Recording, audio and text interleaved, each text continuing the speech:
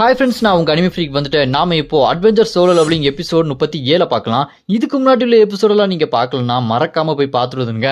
டிஸ்கிரிப்ஷனில் லிங்க் கொடுத்துருக்கேன். சரி வாங்க இந்த எபிசோடுக்குள்ளே போகலாம். அதுக்கு முன்னாடி உங்ககிட்ட ஒன்று சொல்லுங்க. ஸ்வாட் மாஸ்டர் யங்கஸ்ட் சன் வால் வீரரின் கடைக்குட்டி சிங்கம் புது எபிசோட உங்களுக்காக நான் போட்டுக்கிட்டே இருக்கேன்.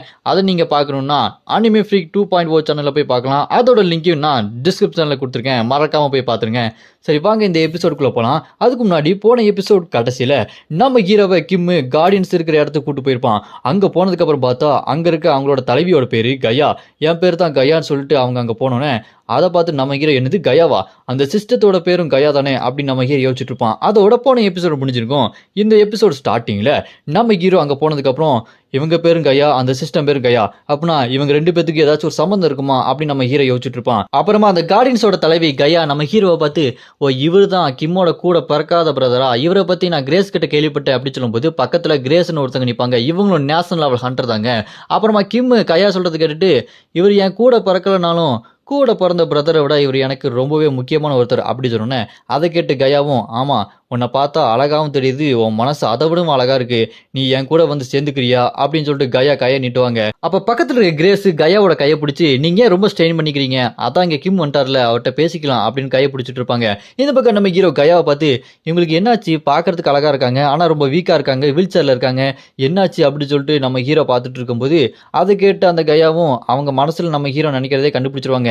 நீங்கள் என்ன நினைக்கிறீங்க எனக்கு புரியுது, நான் பார்க்கறதுக்கு ரொம்ப அசிங்கமாக இருக்கேன், வீல் சேரில் உட்காந்துக்கிட்டு இருக்கேன், என்னடா இது அப்படின்னு தானே யோசிக்கிறீங்க அப்படின்னு கயா கேட்டோன்னே அதை கேட்டு இங்கே கிம்மு, இல்லைங்க நாங்கள் அப்படிலாம் ஒன்று யோசிக்கலைங்க அப்படின்னு சொல்லிட்டு அவன் சமாளிச்சுட்டு இருப்பான். அப்புறமா நம்ம ஹீரோ, சரி நீங்கள் எதுக்கு இந்த கார்டியன்ஸ் டீமில் கிம்மை சேர்க்கணும்னு நினைக்கிறீங்க, அதுக்கான காரணத்தை சொல்லுங்கள், என்ன விஷயம் என்ன கோலு அப்படின்னு சொல்லிட்டு கேட்டோன்னே அதை கேட்டு இங்கே கயாவும், கண்டிப்பாக நான் சொல்கிறேன், எல்லோரும் உட்காருங்க, இப்போ முக்கியமான கோல் என்னன்னு உங்களுக்கு சொல்கிறேன். கயா சிஸ்டம், என் பேர் கயா தான் ஆனால் நான் கயா கிடையாது, கயா சிஸ்டமும் நானும் வேற வேற, இருந்தாலும் எங்களுக்குள்ள ஒரு நெருக்கமான பந்தம் இருக்கு.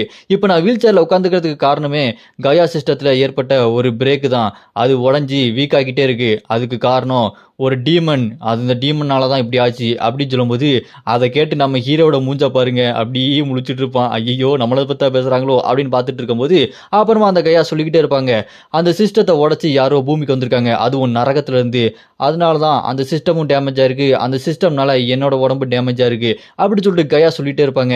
அதை கேட்டு நம்ம ஹீரோவும், ஓ அப்படின்னா கயா சிஸ்டமுக்கு இவங்களுக்கும் சம்மந்தம் இருக்கு போல இருக்கு, இவங்க என்ன பற்றி தான் பேசிட்டு இருக்காங்க, போக போக என்னாக போகுதோ அப்படின்னு சொல்லிட்டு நம்ம ஹீரோ யோசிச்சுட்டு இருக்கும்போது கயா சொல்லுவாங்க, நம்ம அந்த சிஸ்டத்தை பிரேக் பண்ணி இந்த பூமிக்கு வர அந்த மான்ஸ்டர்ஸ் எல்லாத்தையுமே கொல்லணும் அப்படி சொல்லிட்டு இருப்பாங்க. அதை கேட்டு நம்ம ஹீரோவும், ஓ அதுதான் அந்த கார்டியன்ஸோட கோலா அப்படின்னு நம்ம ஹீரோ கேட்டோன்னே அதுக்கு உடனே கயா சொல்லுவாங்க, அது மட்டும் கிடையாது, இன்னொரு கோல் இருக்கு, முதல்ல அந்த சிஸ்டத்தை உடச்சி ஒரு பயங்கரமான டீமன், அந்த டீமனுக்கு நாங்கள் என்ன பேர் வச்சிருக்கோம்னா எதிர்காலத்தை அழிக்கக்கூடிய டீமன், அந்த எதிர்காலத்தை அழிக்கக்கூடிய டீமனை நம்ம சீக்கிரமாக அழிச்சாகணும், அதுதான் முதல்ல அந்த சிஸ்டத்தை உடச்சி இந்த பூமிக்குள்ளே வந்தது அப்படின்னு சொன்னோன்னே அதை கேட்டு நம்ம ஹீரோ, இவங்க கண்டிப்பாக என்னை பற்றி தான் சொல்கிறாங்க, ஐயோ அப்படி சொல்லிட்டு நம்ம ஹீரோ முடிச்சுட்டு இருக்கும்போது ஆபமா அந்த கையா சொல்லுவாங்க, நம்மளோட ஒரே குறிக்கோள் அந்த எதிர்காலத்தை அழிக்கக்கூடிய அந்த டீமனை அழிக்கணும், அது டீமன் கடல், அந்த டீமன் கடல்ல இருந்து டீமன் சக்தியை உறிஞ்சு எடுத்துட்டு இருக்கு, அதோட சக்திக்கு ஒரு எல்லையே கிடையாது, அதுக்கு முன்னாடி அந்த டீமன் கடல்ல இருந்து நம்ம சக்தியை எடுத்து அதை அழிக்கணும் அப்படின்னு சொல்லிட்டு நம்ம ஹீரோவை பற்றி சொல்லிட்டு இருப்பாங்களா. அதை கேட்டு நம்ம ஹீரோ, ஓ அப்படியா, அட கொய்யால அது நான் தானே, என்னையா கொல்லணும்னு சொல்லிட்டு இருக்காங்க, ஐயோ நான் தானே எதிர்காலத்தை அழிக்கக்கூடிய டீமன் கேங்கு, ஐயோ சொல்லிட்டு நம்ம ஹீரோக்கு வேர்த்து ஊத்திட்டு இருக்கோம். அப்போ அங்கே இருக்க கிரேஸ் அவங்களோட மேஜிக் பவர் யூஸ் பண்ணி அந்த கயா சிஸ்டம் எப்படி பூமியை ஒரு ஷீல்டு மாதிரி உருவாக்கி பாதுகாத்துட்டு இருக்கு அப்படின்னு சொல்லிட்டு மேஜிக் பவர் வச்சு காமிச்சிட்டு இருப்பாங்க. அப்போ நம்ம ஹீரோ அந்த நரகத்திலேருந்து வந்தனால ஓசோன் படத்தில் ஓட்ட விழுந்த மாதிரி அந்த சிஸ்டத்தில் பயங்கரமான ஓட்ட விழுந்துருச்சு, அது ரிகவர் ஆகிறதுக்கு ரொம்பவே கஷ்டப்படுது அப்படின்னு சொல்லிட்டு இருக்கும்போது அதை கேட்டு இங்கே கிம்மு சொல்லிட்டு இருப்பான், ஓ அது டேமேஜ் ஆன உங்களுக்கு இந்த மாதிரி ஆயிடுச்சா அப்படின்னு சொல்லும்போது அதை கேட்டு இங்க கயாவும், ஆமா அதுதான் உண்மை அப்படின்னு நம்ம கிம் கிட்ட சொல்லிட்டு இருப்பாங்க. அதை கேட்டு நம்ம கிம் ரொம்ப வருத்தப்பட்டு இருப்பான். சரி இப்போ இவங்களை ஹீல் பண்ண முடியுமா அப்படின்னு சொல்லிட்டு கிம் கேட்டாலா, கண்டிப்பா முடியும் அப்படி சொல்லுவாங்க. இங்க யாரு, கிரேஸ். அதை கேட்டு கிம், அப்படியா அவங்களை ஹீல் பண்ண முடியுமா, அவங்களால நடக்க முடியுமா, அப்படின்னா அதுக்கு என்ன பண்ணணும் அப்படின்னு சொல்லிட்டு கேட்டோன்னே அதுக்கு கிரேஸ் சொல்ல வருவாங்க. அதுக்கு கயாவும், இல்லை அப்படி சொல்லணும்னு அவசியம் இல்லை, அது இப்போதைக்கு அவசியம் இல்லைன்னு சொல்லிட்டு தடுத்து நிப்பாட்டுவாங்க. ஆனால் கிரேஸ், நான் கண்டிப்பாக சொல்லியே தருவேன், அந்த எதிர்காலத்தை அழைக்கக்கூடிய அந்த டீமன் இந்த பூமிக்கு வந்துச்சுல்ல, அதை அழிக்கணும், அதை அழிச்சா இவங்க உடம்பு சரியாயிரும் அப்படின்னு சொன்னோன்னே அதை கேட்டு நம்ம ஹீரோ, ஐயோ என்ன போக போக நம்மளுக்கு எதிராக எல்லாமே திரும்புறாங்களே அப்படின்னு சொல்லும்போது அங்கே கிரேஸ் சொல்லிட்டு இருப்பாங்க.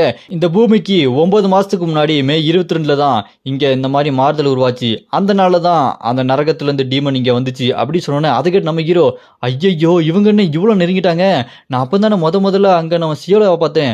அப்படின்னா இப்படி இவங்க தேடினாங்கன்னா கண்டிப்பா நான் ஈஸியா கண்டுபிடிச்சிருவாங்களே. ஐயையோ வசமா மாட்டிக்க போறேன் அப்படின்னு சொல்லிட்டு நம்ம ஹீரோ யோசிச்சுட்டு இருக்கும்போது கிம் செம கடுப்பாயி கண்டிப்பா அவனை கண்டுபிடிச்சி நான் கொல்லுவேன், அவனை விட மாட்டேன், டே எதிர்காலத்தை அழிக்க விட டீமன் சாத்தான் நீ தான் அந்த சாத்தானா இருப்ப, நான் அவனை கொன்னே திருவேன் அப்படின்னு சொல்லிட்டு இருப்பான். அதை கேட்டு அங்க உள்ளவங்களும் சாத்தானா யார் அந்த சாத்தான் அப்படின்னு சொல்லிட்டு கிரேஸ் கேட்கும்போது அதுக்கு கிம்மு அது கொஞ்ச நாளைக்கு முன்னாடி அந்த சாத்தான் தான் ஆஸ்பானை கொன்னுட்டான் அப்படின்னு சொல்லிட்டு சொன்னோன்னே அதை கேட்டு கயா இருக்காங்க பாருங்க, அவங்க பயங்கரமா அழுதுட்டு இருப்பாங்க. ஐயோ இறந்துட்டானே அப்படின்னு சொல்லிட்டு உடனே நம்ம ஹீரோ ஒண்ணுமே தெரியாத மாதிரி என்னது அப்படியா இறந்துட்டானா அப்படின்னு சொல்லிட்டு கேட்கும்போது அதுக்கு கிம்மு சொல்லுவான், ஆமா அந்த சாத்தான் ரொம்ப திமிரு பிடிச்சவன், அவனை கொன்னது மட்டும் இல்லாம என்னை பார்த்து நக்கலா கிண்டலா பேசிட்டு இருந்தான் அப்படின்னு சொன்னோன்னே அதை கேட்டு நம்ம ஹீரோ ஒண்ணுமே தெரியாத மாதிரி என்னது ஆஸ்பானை கொன்னுட்டு உன்னை கிண்டல் அடிச்சானா, அவனுக்கு எவ்வளவு தைரியம் இருக்கணும் அவனே அப்படின்னு நம்ம ஹீரோ அவர் மேல அவரே கோபப்பட்டு இருப்பாரு. நடிப்பு பயங்கரமான நடிப்பு.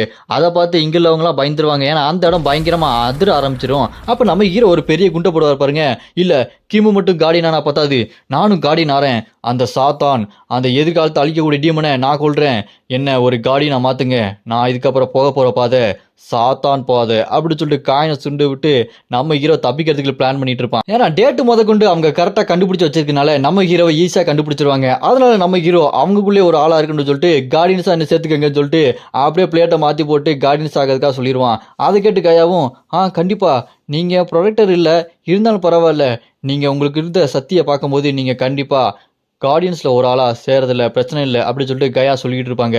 அப்புறமா அந்த அலக் ஆஸ்பானை பற்றி கிம்மு சொல்லிட்டு இருப்பான், அவன் யாரையுமே கொல்ல மாட்டேன், அந்த டீமன் கல்ட்டை சேர்ந்த ஒருத்தன் வந்தான், அவனை கொல்லாமல் விட்டுட்டான், அவன் தான் திரும்ப வந்து கொண்டிருக்கான், அவனை அப்பவே கொண்டிருக்கலாம் அப்படின்னு சொல்லும்போது அதை கேட்டு கையாவும் அவன் ஏன் கொல்லலை அப்படின்னா கொஞ்ச நாளைக்கு முன்னாடி அவனுக்கு ஒரு மிஷின் வந்தது, அந்த மிஷினில் அந்த டீமன் கல்ட்டை சேர்ந்த ஒருத்தனை அவன் கொன்னான், அப்போ கொன்ன போது தான் தெரிஞ்சுது அவன் சாகும்போது யாருன்னு பார்த்தா அது அவனோட காதலி, தன்னோட காதலியை தானே கொண்டுட்டனே அப்படின்னு சொல்லிட்டு அந்த வருத்தத்தில் அவனுக்கு ஒரு டிராமாவே கிரியேட் ஆயிடுச்சு.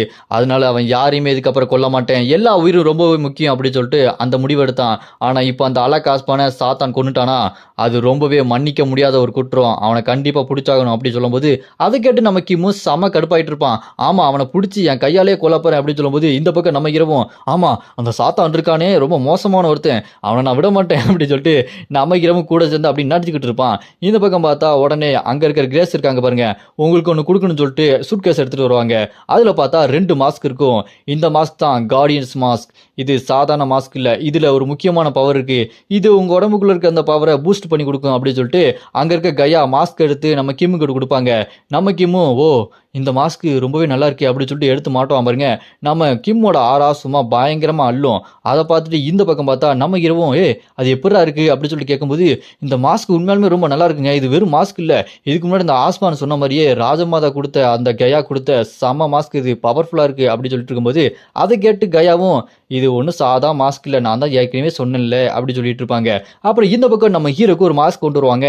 அந்த மாஸ்க்கை பார்த்துட்டு நம்ம ஹீரோ ஓ பரவாயில்லையே இவங்க எனக்கு கொடுத்துட்டாங்களா, அப்படின்னா நீங்கள் என்ன கார்டியன்ஸில் சேர்த்துக்க ஒத்துக்கிட்டீங்க அப்படி தானே அப்படி சொல்லும்போது ஆமாம் கண்டிப்பாக நீங்கள் ரொம்பவே உதவியாக இருப்பீங்க, நீங்கள் ப்ரொடெக்டடாக இல்லை அப்படின்னாலுமே உங்ககிட்ட இருக்க சக்தியை வச்சு நான் கணக்கு பண்ணி பார்த்ததில்ல, நீங்கள் கண்டிப்பாக எங்களுக்கு உதவியாக இருப்பீங்க, அது மட்டும் இல்லாமல் நீங்கள் கிம்மோட அண்ணன் அப்படின்னு சொன்னோன்னே சந்தோஷம் அப்படி சொல்லிட்டு அப்பாடா நம்பிட்டாங்கடா அப்படி டக்குன்னு எடுத்து மாஸ்க்கை போட்டுக்குவோம் அப்படி சொல்லிட்டு நம்ம ஹீரோ அந்த மாஸ்க் எடுத்து போட்டுக்குவான். போட்டதுக்கப்புறம் பார்த்தா நம்ம ஹீரோட அந்த டீமன் பவர் ஆறா சும்மா அள்ளும். புதுசாக ஒரு எபிலிட்டி கிடச்சிருக்கும், இது மூலமாக நம்ம ஹீரோட டீமன் பவர் ரொம்பவே பூஸ்ட் ஆகிருக்கும். அதை நம்ம ஹீரோவே ஃபீல் பண்ணுவான், பரவாயில்லையே என்னோட டீமன் பவர் ரொம்பவே அதிகரிச்சிருக்கு, இப்போ ஏன் கேட்டிருக்க இந்த பவர் வச்சு டூம் கார்டன் ஒருத்தன் வந்தானே 9வது நரகத்துலேருந்து அவனை கூட இப்போ என்னால் ஈஸியாக கொல்ல முடியும் போல இருக்கே அப்படின்னு நம்ம ஹீரோ யோசிச்சுட்டு இருக்கும்போது அப்போ இருக்கிற அந்த கையா இருக்காங்க பாருங்க, நீங்கள் தனியாகவே எல்லாத்தையுமே சமாளிச்சிங்க போல இருக்கு, உங்களோட பவர் இந்த அளவுக்கு அதிகமாக இருக்குது, நீங்கள் கார்டியன்ஸ் வந்து சேர்ந்ததுக்கு எனக்கு ரொம்பவே சந்தோஷம் அப்படின்னு சொல்லும்போது அதை கேட்டு நம்ம ஹீரோவும் கண்டிப்பாக நானும் உங்களுக்கு நன்றி சொல்கிறேன் அப்படின்னு சொல்லும்போது அப்புறமா அங்கேருந்து வெளியே வருவாங்க நம்ம ஹீரோவும் கிம்மும்.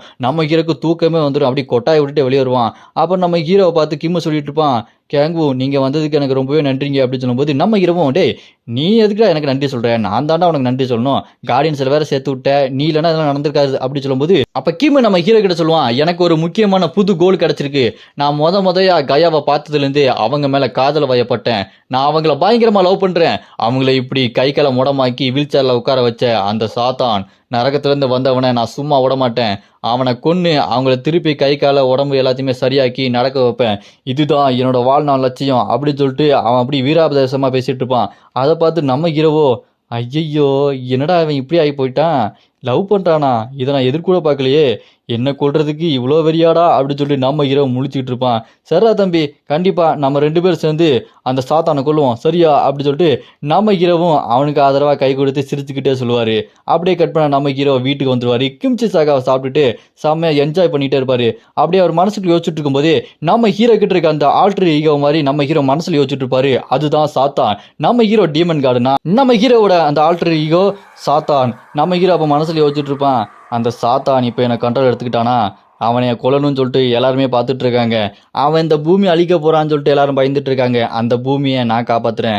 ஏன்னா நான் தானே சாத்தான். என்ன மாரி யாருமே இந்த பூமி அழிக்கவே முடியாது. ஏன்னா எனக்கு கிம்ச்சி சாகா ரொம்பவே முக்கியம் அப்படி சொல்லிட்டு நம்ம ஹீரோ கிம்ச்சி சாகா வாய் ஃபுல்லா அப்படியே மொக்கிக்கிட்டு பேசிட்டு இருப்பான் பாருங்க மனசுக்குள்ளேயே. இதோட இந்த எபிசோடு இங்கே முடியுது. அடுத்த எபிசோட்ல என்ன நடக்குது நீங்க பார்க்கணும்னு ஆர்வமா இருந்தீங்கன்னா மறக்காம இந்த வீடியோக்கு லைக் பண்ணிருங்க. நான் அடுத்த எபிசோடு ஆல்ரெடி அப்லோட் பண்ணிட்டேன். டிஸ்கிரிப்ஷனில் லிங்க் கொடுத்துருக்கேன். மறக்காம போய் பார்த்துருங்க.